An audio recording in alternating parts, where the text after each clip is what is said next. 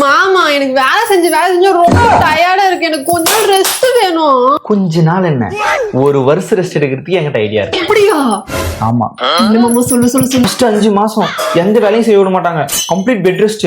அடுத்து 3 மாசம் உனக்கு என்னென்ன தேவையோ, நீ என்னென்ன கேட்கறியோ எல்லாம் செஞ்சு போடுவாங்க. அடுத்த 6 மாசம் உங்க அம்மா வீட்டுல உங்க அம்மா உனக்கு வேலை செய்வாங்க.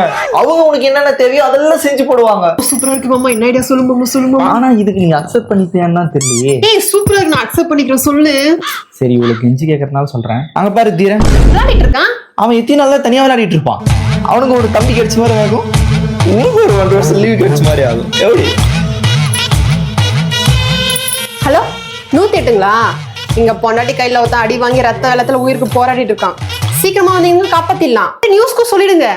தலைப்பு கணவனின் கை கால் உடைத்த மனைவி பயங்கரம் அப்படின்னு போட்டுருங்க. எங்க ஓட்டம்